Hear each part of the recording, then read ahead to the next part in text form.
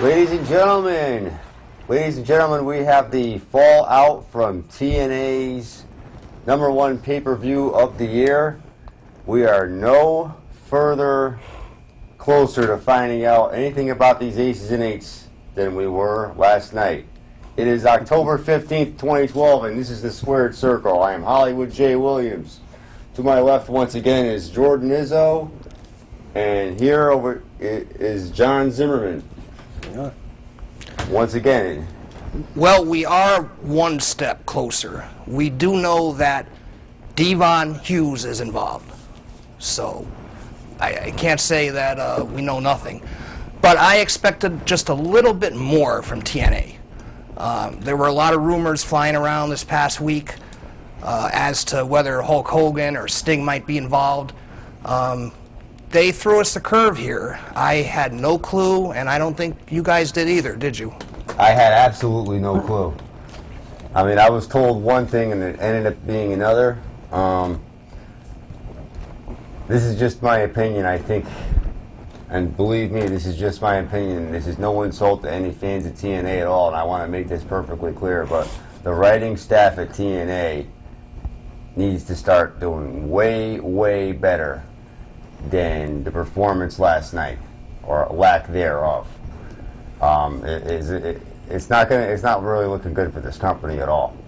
It might be another year or two, and you know, if the writing keeps going the way it's going. Devon Hughes, I mean, he's a good athlete, but I mean, there were so many other people they could have had involved with this aces and eights, or behind this aces and eights, and Devon.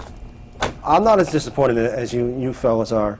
I think spreading out the rumor and spreading out the press release that Devon was let go from the company, and Devon going on Twitter and announcing that he's going back to his wrestling school, and taking him totally out of the TNA picture, right? And then throwing us a swerve like this. I think it took a planning, which TNA like rarely, if ever, shows. So I want to give him credit for that much, that they went to an extreme to get us to like forget about Devon altogether, or dismiss him from our thoughts, because none of us on this panel, right, had Devon in the mix. I didn't at all. What about you, Jordan? No, I had no idea. I want to stress one thing to the fans. I'm in no way saying that it was a bad card. I thought the main event was really good. Jeff Hardy, a lot of title changes here. Jeff Hardy is the new champion, defeated Austin Aries. We saw Hernandez and Chavo Guerrero, their new tag team champions. Samoa Joe retained his title. I kind of thought that was going to happen. It wasn't a terrible card. I just expected more out of that one particular storyline. And now we have to deal with aces and eights down the road, and I was hoping for some closure. Not anytime soon. There's not going to be any closure in this anytime soon. Not if Devon is involved, because it begs to, is he the real mastermind behind the whole thing? I think somebody else, a higher power, is involved in the aces and eights, and this story is going to continue. As far as Devon, I mean, he truly may have wanted to leave the company, but right now there's no other options. You can't really go anywhere right now with this lawsuit in the Memphis court system. Right, that is true. But I think using Devon wasn't as bad as you guys are laying it out to be. And I would have liked to have seen it resolved, but I think maybe by the next pay-per-view we'll have the pieces all put together. I do think it shows a little bit more planning than TNA has ever shown before. And the writing does need to come along, and we'll get to the writing on the flip side of WWE Raw, because there's a major shake-up over there, and I got news on that. What is the news you have on that? Because I have no news about that. All I know was John Cena, and there was like some kind of medical update this morning. Right. Brian Gewirtz, he was a senior vice president of creative writing, was just let go. He was future endeavored. Okay. And he's been with the WWE for over 10 years, and he was the third guy down. As far as the creative writing goes, Vince is the top of the ladder. Then you have Triple H and Stephanie, and then there was Brian Gewirtz. and he was ousted over the poor ratings. And I've got the ratings numbers, and you know, you can't argue with it. You know, they're half of what they were in the 2007, 8, and 9 period. The ratings are actually less than half for the last 2 weeks, and you know, WWE is in a panic mode right now. That's not really a good sign. I mean, No. the ratings are never are going to be where they were back in the mid '90s, of course. Well, that's, you know, ratings are everything. You know, WWE now being a public company, you know, you have shareholders to answer to, and when the ratings are down, that means the advertising dollars go down, and that means your profit goes down, and that means your stock goes down. And the WWE stock has been dropping on a regular basis. Yeah, Not a good sign. I don't want to jump back and forth too much between TNA and WWE, but since you mentioned ratings, TNA's ratings last Thursday, 1.11 million viewers. But keep in mind now they were up against a big night. You had the vice presidential debate, which captured 51 million, and the NFL game, 5.65 million. So if you're TNA, do you think about maybe moving to Monday nights and challenging Raw? Oh, absolutely not, because you don't know, think so? now you're looking at the Raw ratings, right? If we're on that subject, the Raw rating on October 2nd did a 1.3, which equates to a little over 4 million, and on October 8th was 1.5. And Monday Night Football for the same weeks were 6.8 and a 5.7, which is about 14 to 16 million people. So you've got 4 million for WWE, 14 million for Monday Night Football. TNA, there's no room. Yeah, it was just an idea that was being tossed around by the fans out there. Also, another idea, maybe changing networks. Right now, there's no way they can possibly compete with the WWE. Not on a Monday night. No, they tried that earlier when Hulk Hogan came back, and it failed miserably. You know, they got that one peak week, and that was it. Perhaps one day, but I don't think right now. Yeah, the Monday Night Wars aren't ready to happen again. I think my head is still stuck in the Monday Nitro era. They used to try to get, Ted Turner would try to get on the air ahead of the WWE. And I do have a few other things. We have a couple guests here in studio, which we'll be getting to in a little while. But Sting, who is actually one of the people that was rumored to be the mastermind behind the Aces and Eights, was inducted into the TNA Hall of Fame, their first ever inductee. Speeches were given by AJ Styles, Hulk Hogan, of course, and Lex Luger, and Dixie Carter did the actual inducting. Do you think that Sting is a really good choice to be their first nominee for the Hall of Fame? absolutely, I don't think he's a bad choice. He's got some accomplishments under his belt. John, what about you? I would have gone with Jeff Jarrett. I mean, he did found the company with his father. And, you know, he was the one that really put his blood, sweat, and tears into that whole operation. And, you know, I mean, it was, Dixie owns the company now, but it was Jeff Jarrett that, you know, built the house. That's a valid point. Yeah, I mean, Sting's a good choice, but, you know, I'm not taking anything. Jarrett's... I'm not taking anything away from Sting. Sting, No. you know, is an icon, you know, hence his name. But, you know, I think Jeff Jarrett, being the founder, should have been the founding member of the Hall of Fame. The Hall of Fame.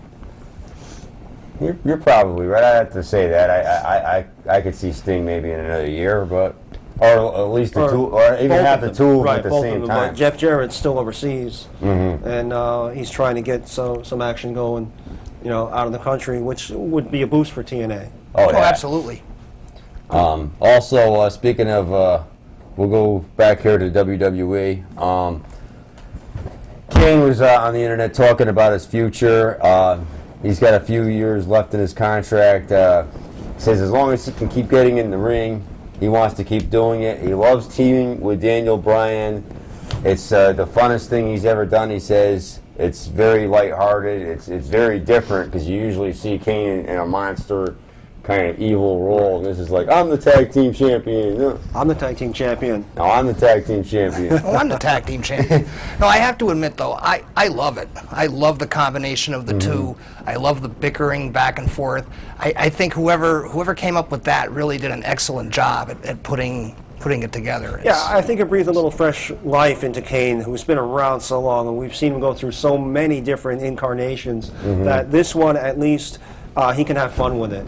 And Daniel Bryan taking some of the ring action out of, Kane is, admittedly up there in age. Oh, yeah. And, having him do less in the ring is probably a good thing at the moment. It's going to stave off some injury, and give him a little, more years, a few more years. Yeah, excellent angle indeed. I love it. I love the combination of the two. I want to bring up one thing about John Cena, because right now it's up in the air as to whether it's going to be Ryback facing Punk at Hell in a Cell or Cena. You'll probably find that out tonight on Raw, and the decision is going to be contingent based on his medical evaluation. He was scheduled to have a medical evaluation this morning. Now, I didn't get any update since noon. Well, I didn't get any update today at all, but I haven't heard anything, so... It's supposed to be for the 9 o'clock hour. Punk is going to be making his decision. Vince McMahon, once again, is going to be on Raw, so... Oh, Vince McMahon didn't help Raw very much last week as far as the rating goes. But the Cena, I say it's got to be John Cena. I don't think Ryback has earned that spot. I don't think he's ready for that spot. And it's just a mismatch, really. Of course, he has to be medically cleared. That's the important thing. Right. He's got to be medically cleared, so then they might have to go to Ryback. I know for the next Hartford Civic Center show coming up, they're advertising Ryback and CM Punk in a steel cage. Right. Because I don't think they feel as if Cena will be back at that point. Correct? That's a house show. That's a house show. Right. Ryback's also, I think, he might be biting off a little more than he can chew. He's going out and saying things about Goldberg, about it being better than him somehow. I would love to see Goldberg come back at possibly WrestleMania, because this might be the swerve we're looking at. Now, Ryback is talking trash about Goldberg. We haven't seen Goldberg on any of the product, TNA, Ring of Honor, anything. I mean, he's basically been a ghost. And to bring back Goldberg for WrestleMania, I think would add just that little much more to get you 100,000 butts in the seats at Giant Stadium. It definitely wouldn't hurt. It's big words. He says he was a fan of Goldberg's back in the day, when he used to watch Nitro. But Goldberg basically took the money and he left. He left the business. Yeah. And that Ryback actually cares about the business. I mean, he just got there. It remains to be seen. Right. Goldberg has his reasons for not being around, and that's Goldberg. Well, getting back to this subject for just one moment, WWE conducted a Twitter poll asking fans who they wanted to see Punk face at Hell in a Cell, and believe it or not, the numbers I have, 69% say they'd like to see Ryback face Punk. Yeah. Would be something different. It definitely would, because I think the fans are getting tired of the same competitors going at it. Just throw Ryback in there. Now, do I see him winning the title? No. I think if Punk and Ryback were to go at it, Ryback would come up short, but it would definitely be different. They ought to hold the match off for something like WrestleMania or in a few months. I don't. Be it even Royal Rumble. Yeah, I don't see Ryback and Punk right now being a great match. Punk would definitely have to carry him.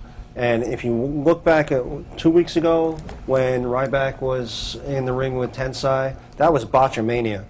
I mean, it took him, three attempts to pick him up. And I realize that Punk is a smaller fellow, but I don't think Ryback is at the athletic pace and at the level of CM Punk.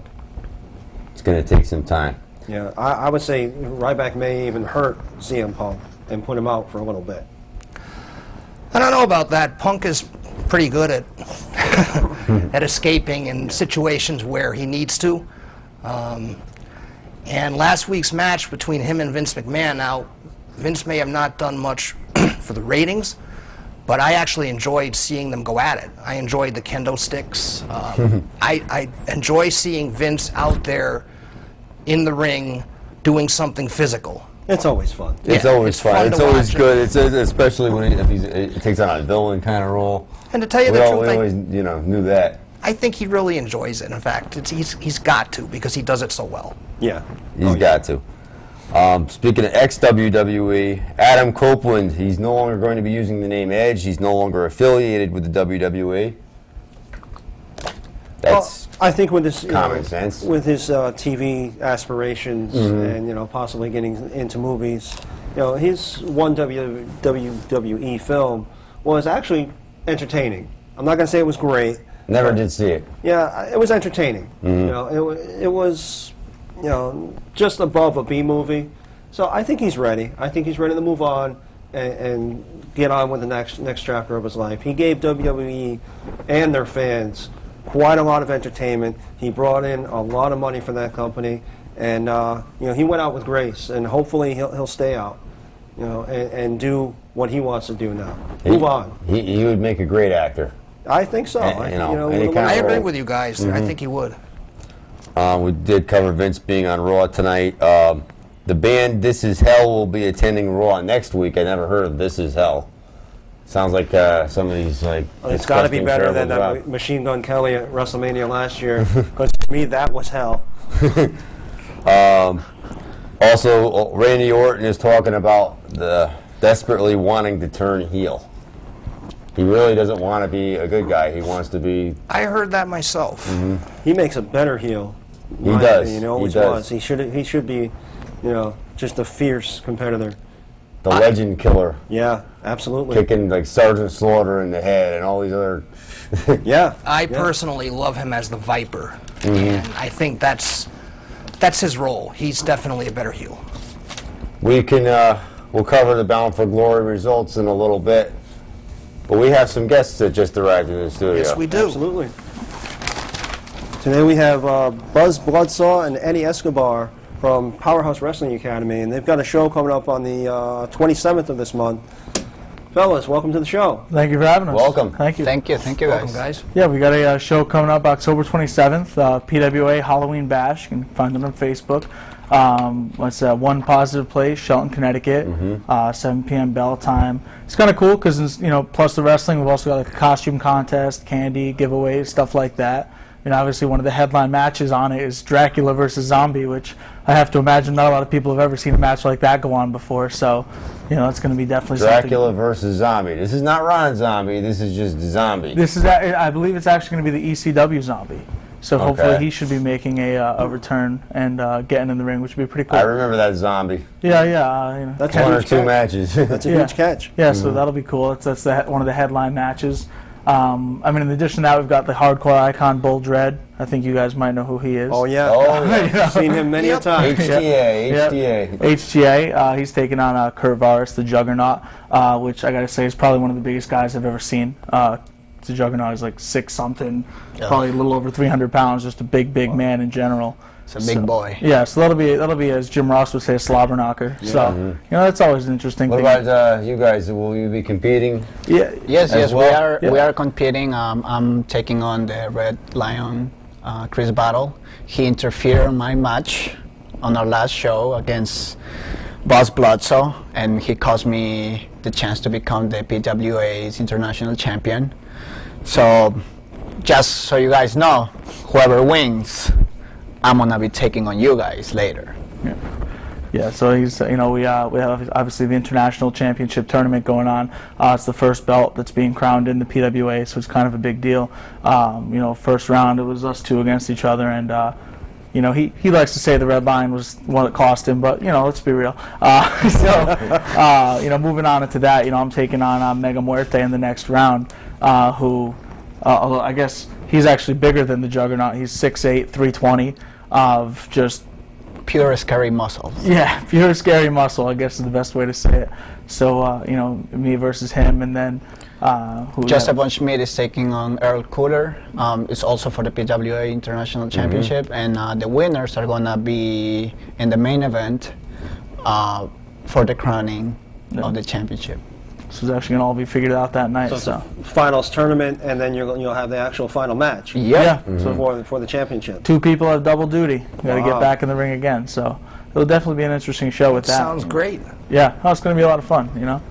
We're also going to have Cartwright's Candy Shop. Yeah. Candy Cartwright is challenging Tina San Antonio on a match. Actually, she has a mystery opponent for her. We don't know who he is.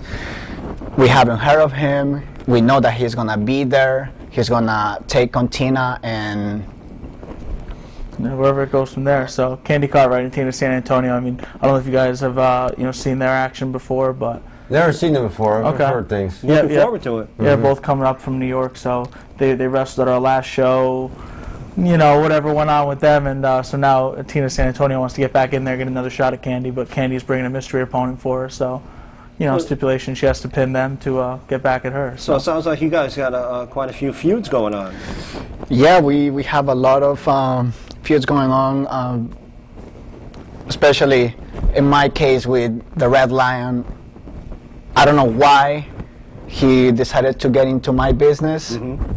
I was doing fine. He just got involved into my match for no apparent reason, and now he's been feuding on me on Facebook. He's been tweeting stuff. He's calling me out, and I guess I'm gonna have to take him out on October 27th. Yeah. So he knows that Eddie Escobar is no one to be messing with. Man's got to do what a man's got to do. That's right. And you're taking on Mega Muerte? Mega Muerte, yeah, 6'8", 320. It'll be interesting. I mean, you know, pain versus death is really what it comes down to. Muerte is death, correct? Muerte is death, and Buzz Bloodsaw loves pain. Excellent. You know, nothing better than pain to make you feel alive. So it's going to come down to, can I wake death up and make him feel? Yeah, we had your boss on a couple weeks ago, Mr. Von Schmidt, and he was telling us about this Muerte guy and how... I mean, just a physically imposing monster. I mean, that's really the best way to describe him. I mean, if you've ever seen a guy with arms the size of him, you know, that's really what you're looking at. His arms are thicker than my thighs. Wow. Yeah. So And he's scary. He's a scary guy. And the worst part of him is he doesn't know English. yeah.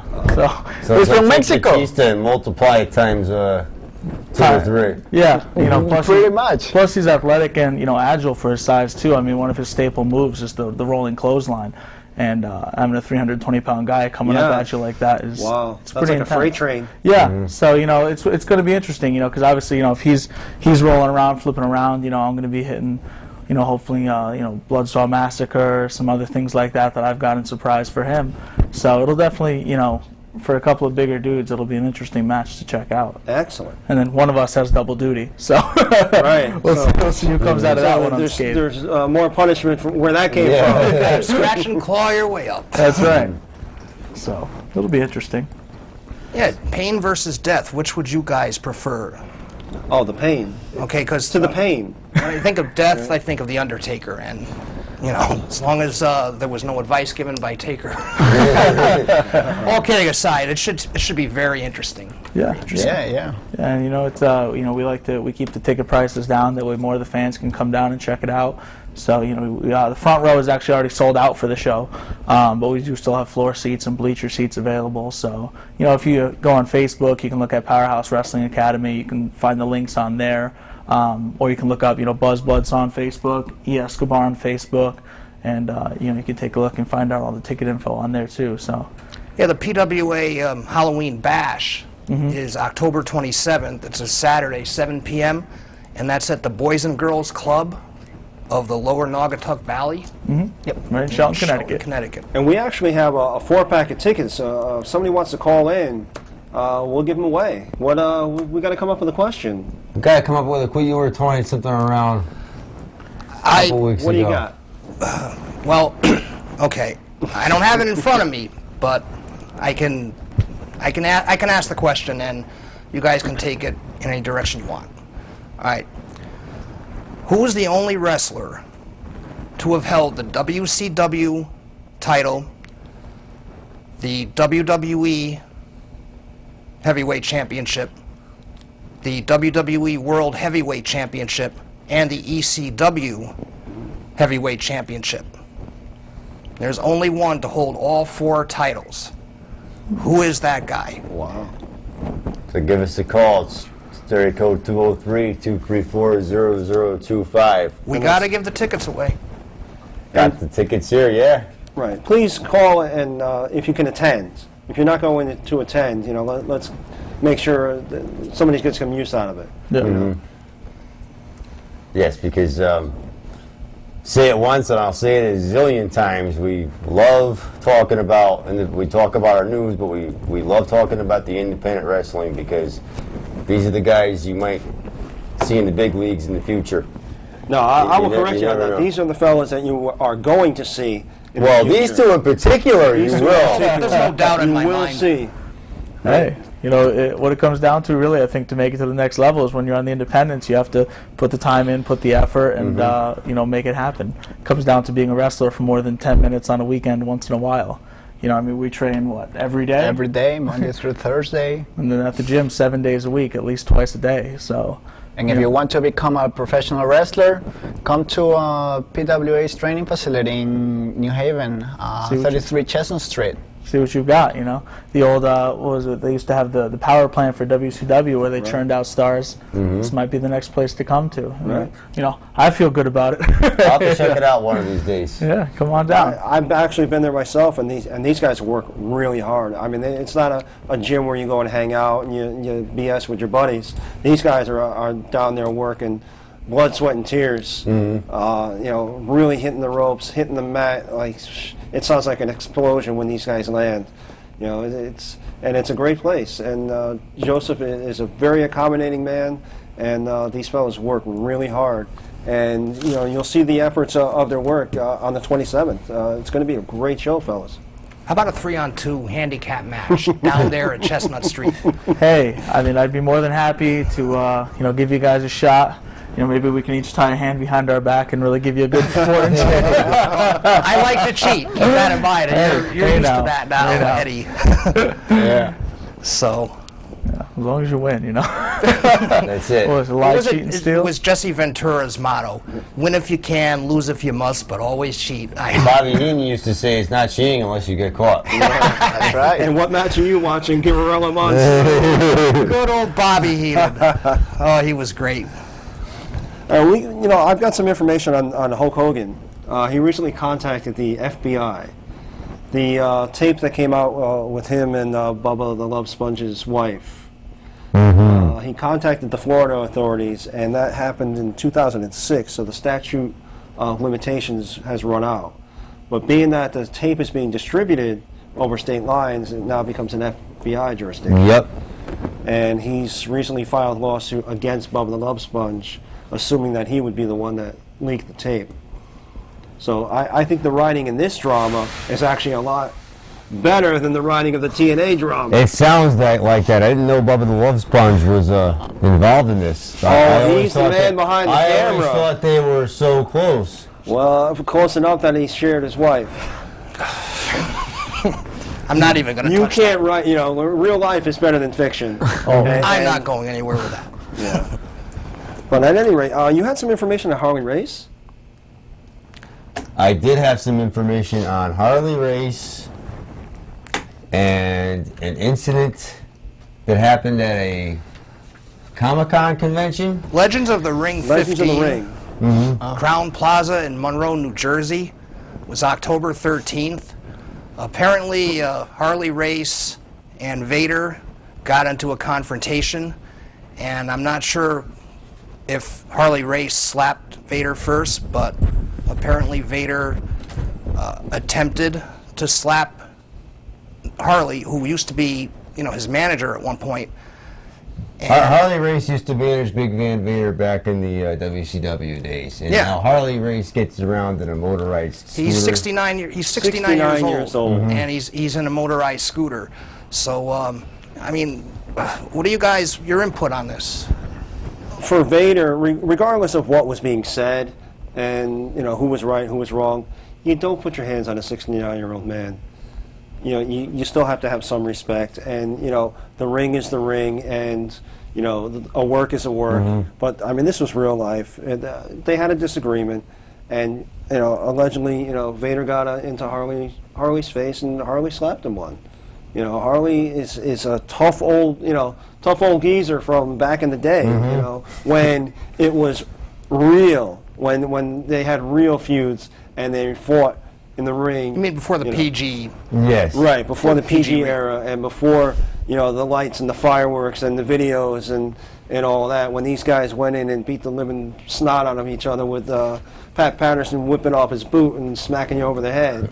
I have a DVD match with Harley Race one-on-one with the Nature Boy Ric Flair. It was one of the first times Flair actually won a major title. Yeah. And but he's in a motorized scooter now, and Vader, I don't know what happened, but there's no excuse to hit a man. Shameful. It's very, you know. I agree 100%. There's a lot about Vader. I talked to a lot of people, and unfortunately, he's one of those people that. Well, you were in the same room with him a few weeks ago. I did happen to be in the same room with him for a few weeks ago, and wasn't really asking for an interview with him, but one was offered to me, and it didn't go very well. It didn't go very well. We'll just leave it at that. I respect the guy for the accomplishments he's had in his career, and I'm not taking anything away from that. But you know, I just got the impression that he forgot where he came from. And I recently saw him at a fan fest at Fishkill, New York, and Hogan was there, Roddy Piper was there, and quite a few others. And Vader was at his table, and that was the following night. Yes, shockingly enough, not many people were interested in even meeting the man, and he didn't seem very happy to be there. And the people that did go up to him, he wasn't like very cordial to him. I'm like, you know, you can turn on the funk for a day. You know, you're there. And he was getting a considerable amount of money just to shake his hand and get a picture with him. And you would think you could turn on a smile and be nice to your fans for a day. You know, and believe me, it wasn't like he was acting in character, like being a bad guy. I don't know what his personal life is like. I don't know what he's going through. Yeah, but you sign up for these events, and the fans come out, and they're excited to meet you. I mean, like I said, you can fake the funk for a day. You know, when a band goes on stage, you know, no matter what happened, you know, they flew into the airport, they were late, and you know, everything that could go wrong goes wrong. I mean, I'm sure these guys can attest to it. But when you get out in front of the audience that paid good money to see you, that you know are excited to be there, you got to give them what they want. You got to give them something. You know, you got to turn it on for that 10 minutes to 2 hours, whatever that window that you're there for the fans. You know, and then you go backstage and continue to have your miserable day. Yeah, and the one thing I didn't like, we had Eric Newton on last week. We called him up. He was the promoter for the NEFW show over the weekend, which incidentally I did manage to get a little footage, not as much footage as I would have liked to, of that event, but a couple. His two main champions were there, Johnny Slats and Christian Frost, sitting at a table adjacent to Vader. And I don't recall any interaction at all. I don't recall him walking up to them, really, trying to shake their hands or anything, you know. And these are the guys that are going to be stars someday. Right, and there should be some interaction. Hey, you know what? There should be like a passing of the torch. And, exactly. You know, in most sports and most businesses, you know, the elder statesmen, you know, kind of groom the younger talent to come in.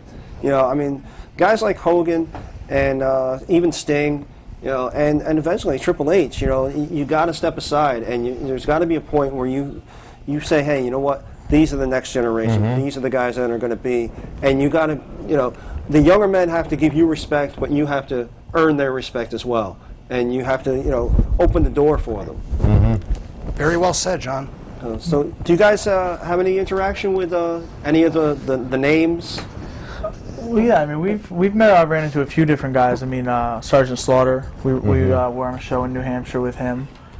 He was a really nice guy, you know, and I think you're right. I think that a lot of what it comes down to right now is that we're in a current generation, and there will be a next generation. And, you know, if we as the younger generation don't appreciate the work they've done, the time they've put in, the effort they've made, I mean, everything's going to go downhill. And I think it's just kind of that cross-respect level.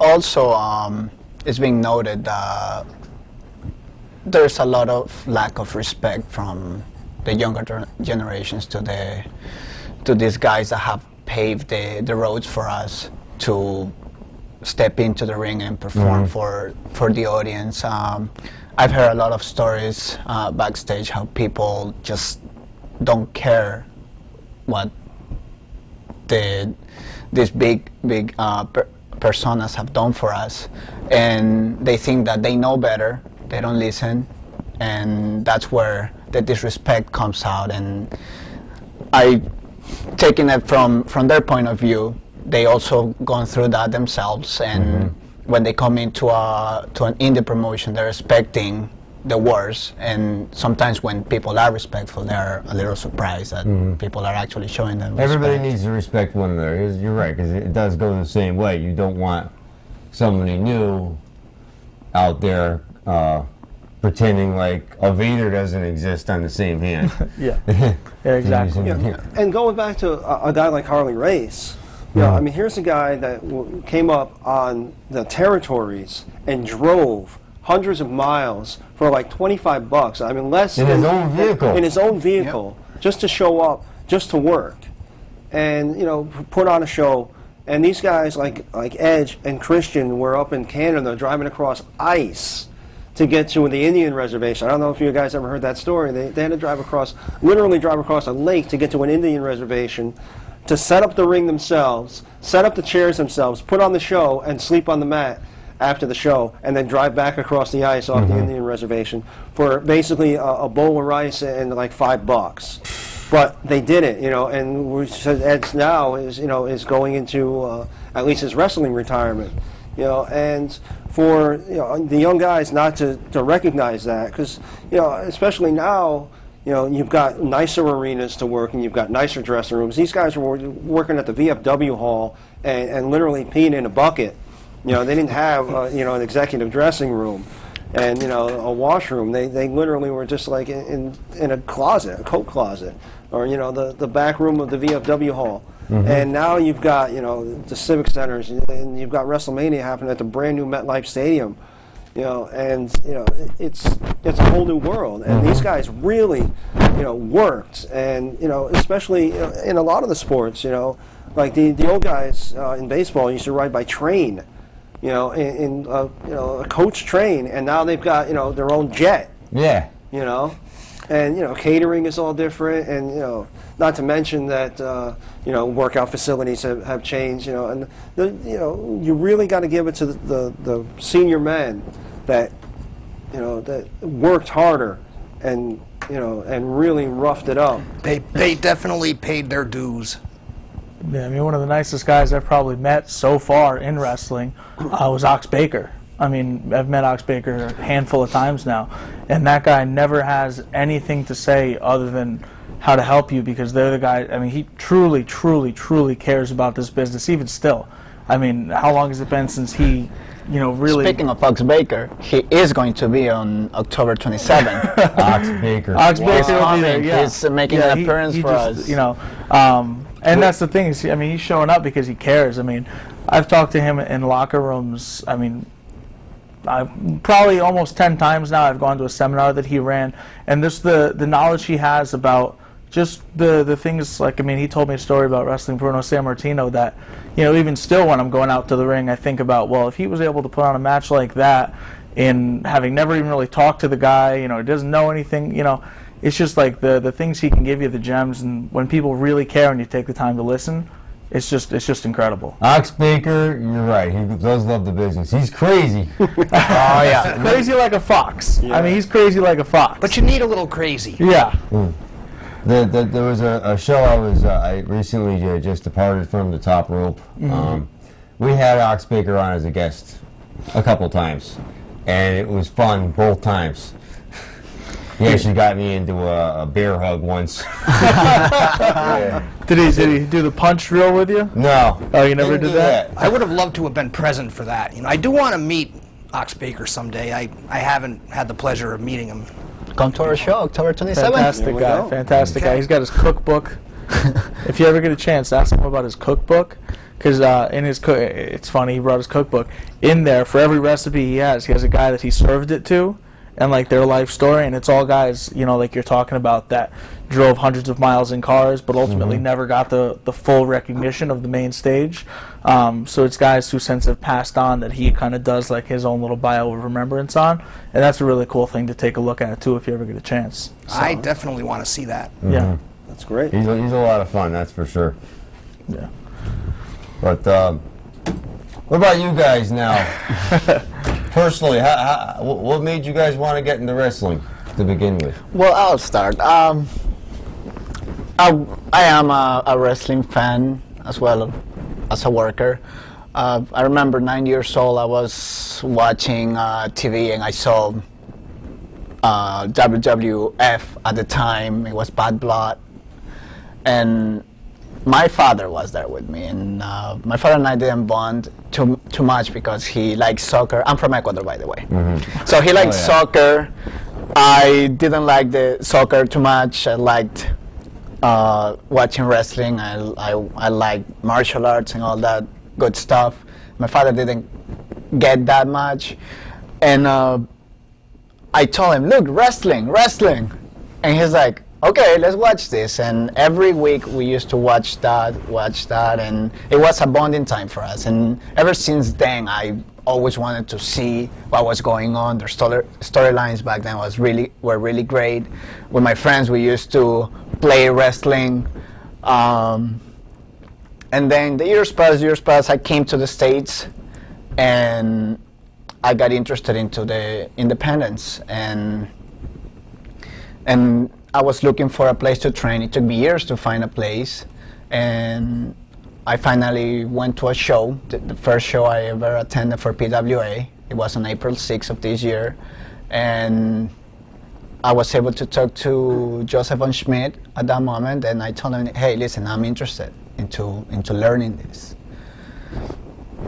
Nothing much happened, but that Monday, I started training. I've been training ever since. And with that, every day I've been progressing more, and I love it. I go wherever I'm needed. Yeah, I was there when he first started. Like, I was there for his first day of training. I actually wrestled Joseph von Schmidt on the night that he came to see the first PWA show. So that was an interesting night. But for me, I used to run a gym, so it was kind of like, I loved athletics. I grew up watching wrestling. I mean, for me, the ultimate in performance and entertainment all in one. I mean, my favorite wrestler growing up, and this is kind of like, people tend to look at me and go, really? Was the Ultimate Warrior. Really? I mean, yeah, I mean, not very much in the moveset wise, but I mean, when he hit the arena, it was lightning. He excited you. He had this way, especially when he'd come out and win a match in 30 seconds. I mean, I know that happened one time, but he had this way of just getting the fans on their feet as quickly as possible. He'd go in the ring, do his magic, and then he'd be going like a shot. I think he had the greatest music too, man. Oh yeah. Oh, I loved it. Once that hit, oh yeah.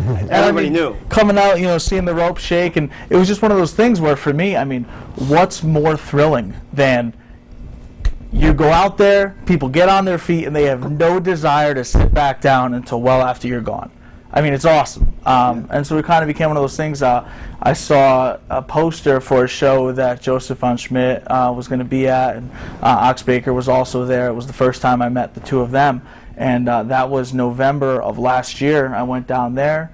I saw them, talked to von Schmidt, and kind of the same thing. I showed up the next Monday, and I've been there ever since. It's one of those things where, I mean, once I was bit by the live feeling of it, there's just nothing like it. I mean, there's just nothing like getting out there and jumping around and shaking the ropes and getting people. So the school's definitely a lot of fun, you would say. It's fantastic. I mean, it's fantastic. We do everything. I mean, he does backflips, moonsaults, anything you could look for. We're high flying. I do the rolling thunder, the split leg moonsault, anything, and it's just the training style, because of what von Schmidt is actually trained in Mexico. So his lucha libre background, I mean, I find that amazing, because he's what, 6'4", 6'5", something like that. Yeah, I find that amazing, and I just can't. I would love to see some of the film of you know, of him with some of the luchadors, because I mean, honestly, they're smaller in stature than a 6'5", you know, Oh, yeah. guy, you know, and Von Schmidt is a very intimidating man. And I hear that that's the only place where Von Schmidt was a face. So if you ever want to see Joseph Von Schmidt as a face, you gotta watch his DVD, Joseph Von Schmidt Invades Mexico. That's the only time I spoke to him. He told me that's the only time he did a face gimmick. People cheered him. And people cheered him. They loved him for it. Yeah. And he's a big heel. You Yeah. can't mess with him. What's it like working for him? My chest hurts because he chokes me too much. Now, Eddie, come on, you could be the future Jimmy Superfly Snuka here. You're a high flyer. No, it's good though. I mean, it's fantastic because you know he's been under the tutelage of Ox Baker for a very long time. So his appreciation and caring for the business is at that level as well. So you're never more inspired to work as hard as you are for a guy who you can just see it in his eyes. He truly cares, and that's why, like I said, you know, we're at the gym 7 days a week. We're at the wrestling school 4 days a week because. And then we're on the road for the weekends. Yeah. Most of the time we go out with him. Yeah, we'll leave on a Saturday afternoon. We'll come back sometime Sunday. To all the companies that he works for, we accompany him for a few reasons, but mainly it's for us to understand the whole traveling area of like all the other areas of the profession of the wrestling business, because people don't just put on tights, put on boots, and step into the ring and do their thing, and that's it. That's not how wrestling is about. Like, it's all traveling, is the locker room stories, how to behave back there. It's still a lot of learning that he teaches us on the road. Yeah, and it works. I mean, I've been wrestling now. I'm approaching the 1 year mark, but I've already done a tour of Canada. I've been to New York, New Hampshire, Pennsylvania, Ohio, and it's just things that, you know, I mean, like I said, because you can tell because of how much he cares about the business, making sure that we're coming in, you know, like we were talking about earlier, the next generation really being at the right place. I mean, he puts in the time and the effort, so we're able to do things like that. I mean, and also the proper guidance. Joseph used to tell us that back when he was a student, his teacher he was bitter, so he couldn't be as successful as he could have been. So he wants that for us. That's why we go on the road with him. Like, he doesn't have to take us, but he takes us with him because he knows how dedicated we are, how passionate we are about it, and that we also care just as much as he does for the business. Right. And yeah, it seems there are teachers out there in many professions that don't want you to be more successful than they were. Yeah. Yep. And it sounds like Joseph is quite the opposite. Yeah. He wants to push you above and beyond the stratosphere. And he is very successful. When he went to England, he came back with 2 championships. Yeah. He's got 15 now, correct? 15. 15. And he's in the tournament for maybe 16. Who knows? 16. You know, but you're going to try to prevent that. I'd like to take number 1 home. You know? Well, you have to go through Muerte first. Yeah, I've got to go through a big man first. So, you know, we'll see what happens. Come up with your the idea for the Buzz Bloodsaw character.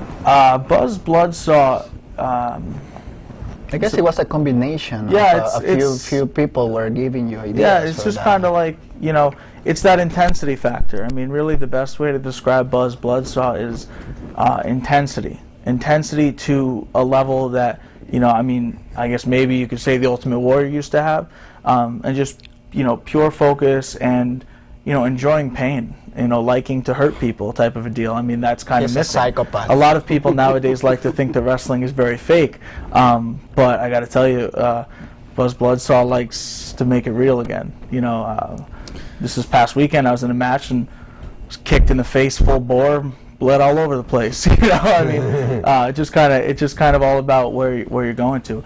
And you know, he's American Gothic gone wrong is the best way to describe what he is. I mean, you know, everyone likes to paint this perfect picture. Copyright that.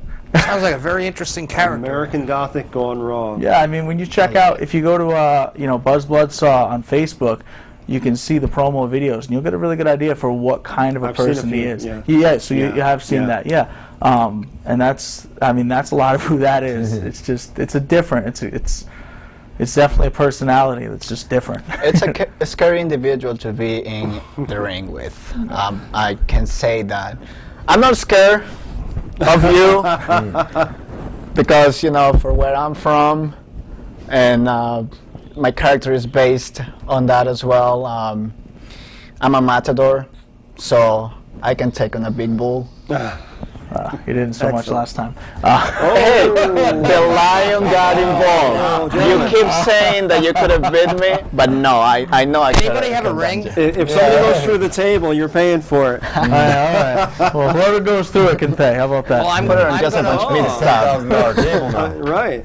I'm going to say this in front of all the fans right now. I'm going to withdraw my challenge for a 3-on-2 handicap match after hearing about Buzz Bloodsaw. You know, talking about the intensity and the drive, right? I recently watched the CM Punk DVD, and the documentary portion of it shows him starting out as a teenager doing backyard wrestling, and 20 people showed up. Then 100 people showed up, and we're just talking. You know, they put poles in the ground and threw like wire around it and made their own ring. And CM Punk, that he wanted to do it, and he got into an organization no different than the PWA, and you know, and what we have here in Northeast Wrestling.